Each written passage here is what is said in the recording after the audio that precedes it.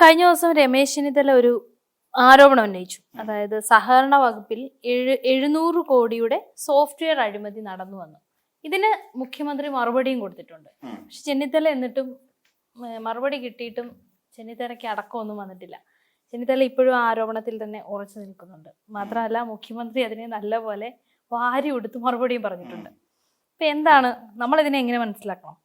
സത്യത്തിൽ ചെന്നിത്തല ഇപ്പൊ ഉയർത്തിയിരിക്കുന്ന ഒരു ആരോപണം, ഇപ്പൊ സഹകരണ വകുപ്പുമായിട്ട് ബന്ധപ്പെട്ടുകൊണ്ട് ഒരു സോഫ്റ്റ്വെയർ രൂപീകരിക്കുന്നതിന് ആവശ്യമായിട്ട് കരാർ നേരത്തെ ക്ഷണിച്ചിട്ടുണ്ടായിരുന്നു. അതായത് 4000 സംതിങ്, അതായത് 4715 അങ്ങനെ എന്തോ ഒരു കണക്കാണ്, 4415 പിന്നെ സഹകരണ സ്ഥാപനങ്ങളിലേക്ക് വേണ്ടിയിട്ട് ഒരു സോഫ്റ്റ്വെയർ രൂപീകരിക്കുന്നതിന് വേണ്ടിയിട്ട് കരാർ ക്ഷണിച്ചു. അന്ന് TCS എന്ന് പറയുന്ന കമ്പനിയായിരുന്നു, ടാറ്റയുടെ.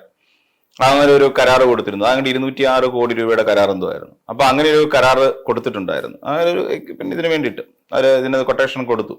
അപ്പൊ അതിനുശേഷം ഇവര് ഏകദേശം അതിന്റെ കാര്യങ്ങളിലേക്കൊക്കെ പൂർത്തിയാവുകയും ചെയ്തു. പൂർത്തിയായി കഴിയുമ്പോൾ ഇവർ പറയുന്നത് ദിനേശ് BD കോപ്പറേറ്റീവ് സൊസൈറ്റിയുടെയും മലബാർ പിന്നെ IT-യുടെയും ഒരു കമ്പനി 2 കൊട്ടേഷൻ സ്വീകരിച്ചുകൊണ്ട് അവര് നടപടിക്രമങ്ങളുമായി മുന്നോട്ട് പോകുന്നു. ഏകദേശം 900 സംതിങ് കോടി രൂപയുടെ പ്രോജക്റ്റ് ആക്കി അത് മാറ്റുന്നു എന്ന് പറയുന്നു. അപ്പൊ ഇതിനായിട്ട് തിടുക്കപ്പെട്ട് ഇപ്പം തെരഞ്ഞെടുപ്പ് കമ്മീഷന്റെ ഉൾപ്പെടെ അനുമതിയോടുകൂടി തിടുക്കപ്പെട്ട് അതിന്റെ നടപടിക്രമങ്ങൾ പൂർത്തീകരിച്ചു എന്നുള്ളതാണ് രമേശ് ചെന്നിത്തല ഉന്നയിക്കുന്നത്. ഇതുമായി ബന്ധപ്പെട്ടുകൊണ്ട് സംസ്ഥാന സർക്കാരിന്റെ ഖജനാവിന് ഏകദേശം 700 കോടിയോളം രൂപയുടെ നഷ്ടം സംഭവിക്കും എന്നുള്ളതാണ് രമേശ് ചെന്നിത്തല കഴിഞ്ഞ ദിവസം ഉയർത്തിയ വാദം. നമ്മൾ മനസ്സിലാക്കേണ്ട ഒരു കാര്യം, അഴിമതി നടന്നിട്ടില്ല. നിലവിൽ അങ്ങനെ ഒരു പ്രോജക്റ്റ് ഇതുവരെ മുന്നോട്ട് പോയിട്ടില്ല, അതിന് പൈസ ഇഷ്യൂ ചെയ്തിട്ടില്ല, അങ്ങനെ ഒരു പരിപാടി നടന്നിട്ടുമില്ല. അനുമതിയായി എന്നുള്ളത് മാത്രമാണ്. കരാറായിട്ട് എടുത്തിരിക്കുന്ന ദിനേശ് IT എന്നുള്ളതാണ്. അപ്പൊ ദിനേശ് IT പിന്നെ ലിമിറ്റഡുമായി ബന്ധപ്പെട്ടുകൊണ്ട് അങ്ങനെ ഒരു കരാർ നടന്നു എന്നുള്ളെങ്കിലും ഇവിടെ സാമ്പത്തികമായി ഒന്നും ചെയ്തിട്ടില്ല എന്നുള്ളതാണ് നമ്മൾ മനസ്സിലാക്കുന്നത്. എന്നാൽ ഇതുമായി ബന്ധപ്പെട്ടുകൊണ്ട് മുഖ്യമന്ത്രി ചില കാര്യങ്ങൾ വിശദീകരിക്കുന്നുണ്ട്. നമ്മളിപ്പോൾ മുഖ്യമന്ത്രിയാണല്ലോ എപ്പോഴും അതിനെ സംബന്ധിച്ച് വളരെ കൃത്യമായി നമ്മളുടെ മുന്നിലേക്ക് മറുപടി പറയേണ്ട ഒരു വ്യക്തി. അപ്പം മുഖ്യമന്ത്രി പറയുന്നതനുസരിച്ച് 2021 അത്ര ഈ ടെൻഡർ വിളിക്കുന്നത്. ആ ടെൻഡർ വിളിച്ച പ്രകാരം 206 കോടിക്ക് ടാറ്റ കൺസൾട്ടൻസി സർവീസ് അതിന്റെ ലെറ്റർ ഇന്റന്റ് നൽകിയിരുന്നെങ്കിലും 24 ഒക്ടോബറിൽ അവർ ഏകപക്ഷീയമായി ഈ കരാറിന്റെ വ്യവസ്ഥയിൽ നിന്ന് അവർ പിന്മാറി എന്നുള്ളതാണ്. അതായത് ഓൾറെഡി ഇപ്പൊ ഈ പറയുന്ന TCS-മായി ചേർന്നിട്ട് ഇങ്ങനെ ഈ പിന്നെ എമൗണ്ട് 206 കോടിയുടെ ഒരു ഇന്റന്റ് അവർ നൽകിയിട്ടുണ്ടായിരുന്നു. പക്ഷെ അതിന്റെ നടപടിക്രമങ്ങൾ ഇങ്ങനെ പോകുന്ന സമയത്ത് അത് നൽകിയത് 2021, 3 വർഷത്തിന് ശേഷം 2024 അവരതിൽ നിന്ന് പിന്മാറിയ സാഹചര്യമാണ് ഉണ്ടായത്. പിന്നെ പുതിയ ടെൻഡർ 2025 ഇതുമായി ബന്ധപ്പെട്ടുകൊണ്ട് പുതിയ ടെൻഡർ വിളിക്കാൻ വേണ്ടിയിട്ട് ചീഫ് സെക്രട്ടറിയുടെ നേതൃത്വത്തിൽ നടന്ന ഒരു യോഗത്തിൽ ഇതുമായി ബന്ധപ്പെട്ട് ഒരു തീരുമാനം ഉണ്ടായി, പുതിയ ടെൻഡർ ക്ഷണിക്കുക എന്നുള്ളത്. അപ്പൊ ഇതിനകത്ത് ആരൊക്കെ ഇടപെട്ടു എന്നുള്ള കാര്യം നോക്കിയാൽ ഇതിന്റെ ഒരു ഹൈ ലെവൽ കമ്മിറ്റി ഉണ്ട്. അതിന്റെ വിശദമായ ഒരു പരിശോധന നടന്നിട്ടുണ്ട്. പിന്നെ ഇതിന്റെ നിയമപരമായ കാര്യങ്ങളെ കുറിച്ച് അന്വേഷിക്കുന്നതിന് വേണ്ടിയിട്ട് നിയമവകുപ്പിന്റെ അനുമതി തേടേണ്ടതുണ്ട്. അതോടൊപ്പം തന്നെ ടെക്നിക്കലായിട്ടും ഫിനാൻഷ്യലായിട്ടും എല്ലാം ഇതിന്റെ എല്ലാ ബിഡുകളും വിലയിരുത്തിക്കൊണ്ടാണ് ടെൻഡർ നടപടികൾ പൂർത്തിയാക്കുന്നത്. അങ്ങനെ ഒരുപാട് നടപടിക്രമങ്ങൾ പൂർത്തിയാക്കിക്കൊണ്ട് തന്നെയാണ് ഇതിന്റെ ഓൾറെഡി ഈ പറയുന്ന ടെൻഡറിന്റെ നടപടിക്രമങ്ങൾ പൂർത്തിയാക്കിയത്. അപ്പോ പിന്നെ ഇനി ഹൈക്കോടതിയിൽ നിന്നും ഇതിന് വേണ്ട നിർദ്ദേശം നൽകിയിട്ടുണ്ട്. അതായത് ഹൈക്കോടതിയിൽ നിന്ന് എന്താണ്, ടെൻഡർ നടപടികൾ തുടരാനും ഇതുമായി ബന്ധപ്പെട്ട് വിജയിച്ച ബിഡർക്ക് നൽകിയിരിക്കുന്ന ആളിന് ഈ അവാർഡ് തുടരാനും നൽകാനും ഈ പറയുന്ന പോലെ ഹൈക്കോടതിയുടെ പെർമിഷനോട് കൂടി തന്നെയാണ് സർക്കാർ ഈ നീക്കത്തിലേക്ക് പോയത്. മനസ്സിലായില്ലേ? അപ്പൊ എന്ന് വെച്ചാൽ സർക്കാർ ഇതാണ് മുഖ്യമന്ത്രി നൽകുന്ന ഒരു വിശദീകരണം. അപ്പൊ ഇതിനകത്ത് നമ്മൾ നോക്കിക്കഴിഞ്ഞാൽ എല്ലാ വകുപ്പിന്റെയും അനുമതി ലഭിച്ചിട്ടുണ്ട്. നിയമവകുപ്പിന്റെ അനുമതി ലഭിച്ചിട്ടുണ്ട്, ടെക്നിക്കൽ വകുപ്പ് എല്ലാം കൂടി മനസ്സിലാക്കിക്കൊണ്ട് ഇതിന്റെ വകുപ്പിന് അനുമതി ലഭിച്ചിട്ടുണ്ട്. കൂടാതെ ഹൈക്കോടതിയും ഇതെല്ലാം മനസ്സിലാക്കിക്കൊണ്ട് കൊള്ളാവുന്ന ഒരാൾക്ക് കൊടുത്തോളൂ എന്നുള്ള നിലയിലേക്ക് ഒരു തീരുമാനവും വന്നിട്ടുണ്ട് എന്നുള്ളതാണ് വാസ്തവം. അപ്പൊ ഇത് നമ്മൾ മനസ്സിലാക്കുന്ന എന്താണ്, രമേശ് ചെന്നിത്തല വീണ്ടും തേഞ്ഞു എന്ന് മനസ്സിലാക്കേണ്ടി വരും. രമേശ് ചെന്നിത്തല ഇതിനു മുൻപും പല അഴിമതി ആരോപണങ്ങളും സർക്കാരിനെതിരായി ഉയർത്തിക്കൊണ്ടുവന്ന സാഹചര്യം ഉണ്ടായിട്ടുണ്ട്. എന്നിരുന്നാലും ഏതെങ്കിലും ഒരു അഴിമതി ആരോപണം ഇവിടെ കൊണ്ടുവന്ന് സർക്കാരിനെ തളച്ചിടാൻ പാകത്തിനുള്ള ഒന്നുണ്ടായിട്ടുണ്ടോ? ഇത് ശരിക്കും നമ്മൾ മനസ്സിലാക്കേണ്ട ഒരു കാര്യം, രമേശ് ചെന്നിത്തല വളരെ തിടുക്കപ്പെട്ട് കൊണ്ടാക്കിക്കൊണ്ടുവന്ന ഒരു അഴിമതി ആരോപണമാണെന്ന് പറയേണ്ടി വരും. വസ്തുതകൾ കൃത്യമായി മനസ്സിലാക്കാതെ പൊതുജനത്തെ കൃത്യമായി തെറ്റിദ്ധരിപ്പിക്കുക എന്നുള്ള ലക്ഷ്യത്തോടു കൂടി മാത്രം ചെന്നിത്തല ഉയർത്തിക്കൊണ്ടുവന്നൊരു ആരോപണം.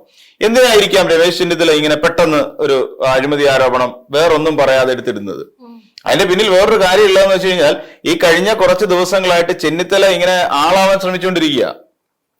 വിജയ് കുര്യൻ പറഞ്ഞു, കെ സുധാകരൻ പറഞ്ഞു, രമേശ് ചെന്നിത്തല ആയിരിക്കണം ഇനി മുഖ്യമന്ത്രിയായി വരേണ്ടത് എന്ന് പറഞ്ഞു കഴിഞ്ഞു. നമ്മൾ കഴിഞ്ഞ ദിവസം കോഴിക്കോട് കടപ്പുറത്ത് വെച്ചുണ്ടായ അവരുടെ ഒരു യോഗം നോക്കിക്കോളൂ, കൺവെൻഷൻ നോക്കിക്കോളൂ, തെരഞ്ഞെടുപ്പിന്റെ രാഹുൽ ഗാന്ധി പങ്കെടുക്കുമെന്ന് പറഞ്ഞൊരു യോഗം. അതില് നമ്മൾ മനസ്സിലാക്കുന്നത് രമേശ് ചെന്നിത്തലയായിരുന്നു അവിടെ ഹീറോ. രമേശ് ചെന്നിത്തലയുടെ ചിത്രം പതിച്ച തൊപ്പിയായിരുന്നു UDF വിതരണം ചെയ്തത്. അവിടെ പിന്നെ രാഹുൽ ഗാന്ധി രമേശ് ചെന്നിത്തലയും കൂടെ ഉള്ള പടം പതിച്ച പിന്നെ ഇതാണ് തൊപ്പി കൊടുത്തു. അവിടെ ഏറ്റവും കൂടുതൽ ഉയർന്നു കേട്ട രമേശ് ചെന്നിത്തലയുടെ പേരായിരുന്നു. അതിന്റെ അർത്ഥം എന്താ?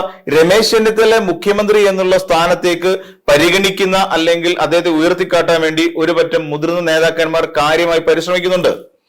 അത് നമ്മൾ മനസ്സിലാക്കുന്നത് കോൺഗ്രസിനുള്ളിൽ നടക്കുന്ന ഒരു വലിയ വിഭാഗീയതയുടെ തുടക്കമാണ് എന്ന് നമ്മൾ മനസ്സിലാക്കേണ്ടത്. അതായത് സതീശനെ തള്ളിക്കളയുന്ന ഒരു പറ്റം നേതാക്കന്മാർ, ചെന്നിത്തലയെ ഒപ്പം നിർത്തുന്ന ഒരു പറ്റം നേതാക്കന്മാർ, ഇങ്ങനെ വരുന്ന ഒരു വലിയ തർക്കത്തിനുള്ള സ്പേസ് ഉണ്ടായി വരികയാണ് ഈ കോൺഗ്രസിനകത്ത്.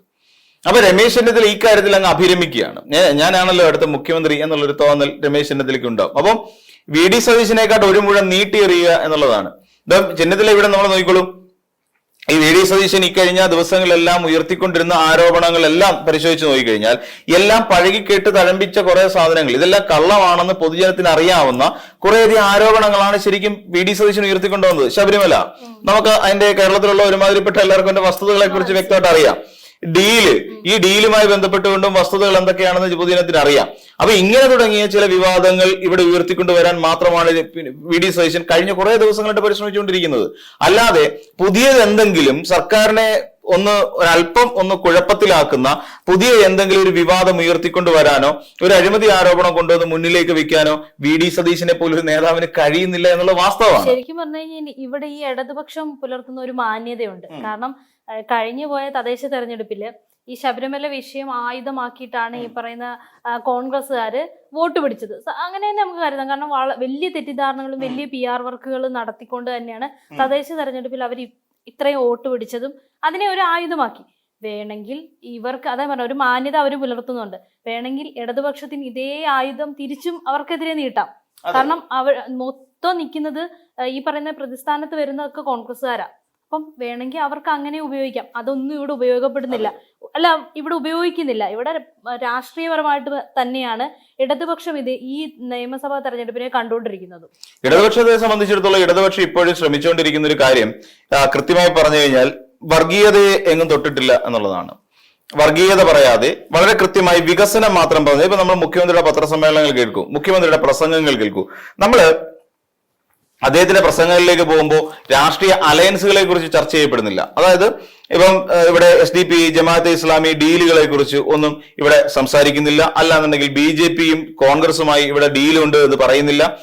ആലോചിക്കുക, ഒരു പാർട്ടിയുടെ ദേശീയ അധ്യക്ഷൻ വന്നു നിന്നുകൊണ്ട് CJP എന്ന് പറയണമെങ്കിൽ ഇവിടുത്തെ കേരളത്തിലുള്ള ആൾക്കാർ അല്ലെങ്കിൽ KC വേണുഗോപാൽ എഴുതി കൊടുത്ത പോലെ ഇവിടെ നിന്ന് പ്രസംഗിക്കുമ്പോൾ എന്താണ് ഈ പാർട്ടിയുടെ നിലവാരം എന്നൊന്ന് ആലോചിച്ച് നോക്കൂ. കോൺഗ്രസ് പാർട്ടിയുടെ ദേശീയ അധ്യക്ഷൻ മല്ലികാർജ്ജുൻ ഖാർഗെ വന്നിന്ന് പ്രസംഗിക്കുകയാണ് ഇവിടെ CJP ഉണ്ട് എന്ന്.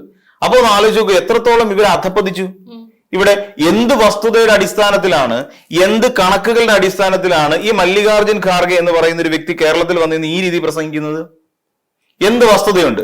മല്ലികാർജ്ജുൻ ഖാർഗെയുടെ കയ്യിൽ ഏതെങ്കിലും തരത്തിലുള്ള ഡേറ്റ ഉണ്ടോ? അങ്ങനെ ഒരു ഡേറ്റയും മല്ലികാർജ്ജുൻ ഖാർഗെയുടെ കയ്യിൽ ഇല്ല. എന്നിട്ടും ഖാർഗെ വന്ന് പ്രസംഗിക്കുന്ന ഇത്തരത്തിലുള്ള വസ്തുതകളാണ്, ഇങ്ങനെയുള്ള കാര്യങ്ങളാണ് പറയുന്നത്. ഇതൊക്കെ തെറ്റല്ലേ? ഇങ്ങനെയാണോ ചെയ്യേണ്ടത്? പൊളിറ്റിക്സ് പറയൂ, രാഷ്ട്രീയം പറയൂ. ഡീലിന് നിരവധി ഉദാഹരണങ്ങൾ കൊടുക്കാനുണ്ടെന്നേ.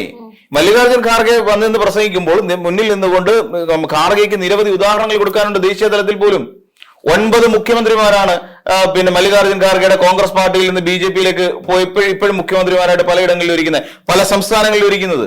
അപ്പൊ അതെന്ത് തരത്തിലുള്ളതായിരുന്നു? അത് ഏത് തരത്തിലുള്ളതായിരുന്നു? എന്തുകൊണ്ടാണ് മല്ലികാർജ്ജുൻ ഖാർഗെ അത് മറന്നു പോകുന്നത്? എന്തുകൊണ്ടാണ്? ഇവിടെ എന്തിനാ ഈ പ്രസംഗം എഴുതി ആക്കി കൊടുത്ത KC വേണുഗോപാല്? ഈ KC വേണുഗോപാല് കഴിഞ്ഞ രാജസ്ഥാനിൽ നിന്ന് എന്താ സംഭവിച്ചത്? രാജസ്ഥാനിലെ രാജ്യസഭാ അംഗത്തെ രാജിവെച്ച് പുറത്തേക്ക് വന്നപ്പോൾ അവിടെ നിന്ന് BJPക്ക് വേറൊരു MPയെ കിട്ടി, രാജ്യസഭ MP. ഈ പറയുന്ന പോലെ ഈ ഒഡീഷയിലും നമുക്ക് ഒഡീഷയിൽ നടന്നതും ബീഹാറിൽ നടന്നതുമായ അവിടുത്തെ പിന്നെ രാജ്യസഭാ തെരഞ്ഞെടുപ്പ്, അവിടുത്തെ 11 MLA-മാരാണ് മാറിയത്. കാല് മാറിക്കൊണ്ട് വോട്ട് ചെയ്ത് അവിടുന്ന് BJPക്ക് അർഹതയില്ലാഞ്ഞിട്ട് കൂടി 2 MP-മാരെ കൊടുത്തു ഓടുന്നു, രാജ്യസഭ MP-മാർ. ഇതെങ്ങനെ സംഭവിക്കുന്നു? അപ്പൊ ആര് കാരണമാണ്?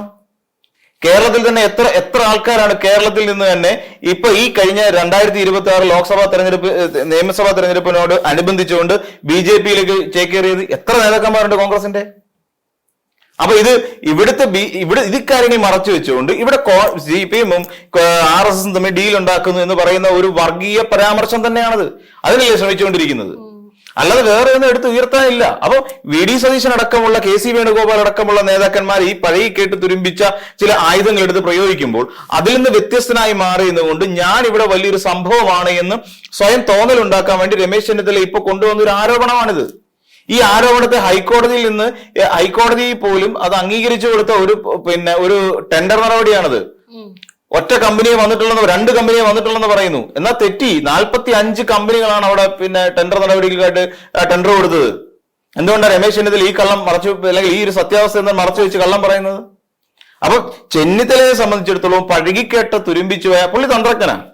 അതുകൊണ്ടാണ് ഇങ്ങനെ കേട്ടത് പാതി കേൾക്കാത്ത പാതി ഓരോന്ന് എടുത്തുകൊണ്ട് വരുന്നത്. ഇപ്പൊ മുഖ്യമന്ത്രി പറഞ്ഞ പോലെ പുള്ളിക്ക് കിട്ടിയതൊന്നും പോരാ എന്ന് പറയുന്ന ഒരു സാധനം ഉണ്ടല്ലോ, അതാണ് അതിനകത്ത് റിയാലിറ്റി. ഇനി ഇതും കൊണ്ട് ഈ രമേശ് ചെന്നിത്തലയ്ക്ക് ഹൈക്കോടതി പോകാൻ പറ്റുമോ? ഹൈക്കോടതി പോകുമ്പോൾ ഹൈക്കോടതി എല്ലാ നടപടികളും പൂർത്തിയാക്കി അനുവദിച്ചു കൊടുത്ത കാര്യമാണ്. പിന്നെ ഹൈക്കോടതി അതിനകത്ത് എന്ത് മറുപടി പറയാനാണ്? സിമ്പിളായിട്ട് നമ്മൾ ചിന്തിച്ചു, ഹൈക്കോടതി അതിനകത്ത് പിന്നെ എന്ത് പറയാനാ?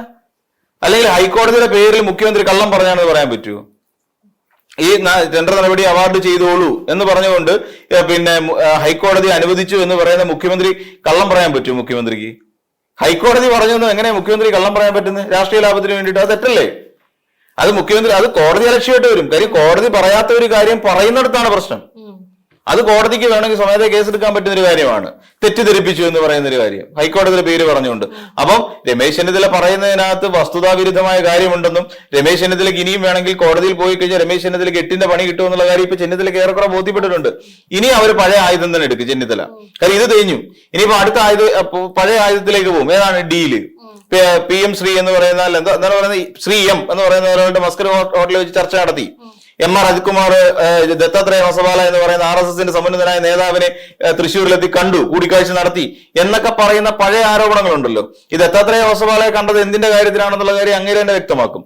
പിന്നീട് ഇവിടെ ആ ഡീല് നടന്നതിന്റെ ഭാഗമായിട്ട് CPM-ന് അല്ലെങ്കിൽ ഇടതുപക്ഷത്തിന് യാതൊരു കുറവും വന്നിട്ടില്ല എന്നുള്ള കാര്യം അവിടുത്തെ തൃശ്ശൂരിലെ തെരഞ്ഞെടുപ്പിൽ വീണ വോട്ടുകൾ പരിശോധിച്ചാൽ മനസ്സിലാവും.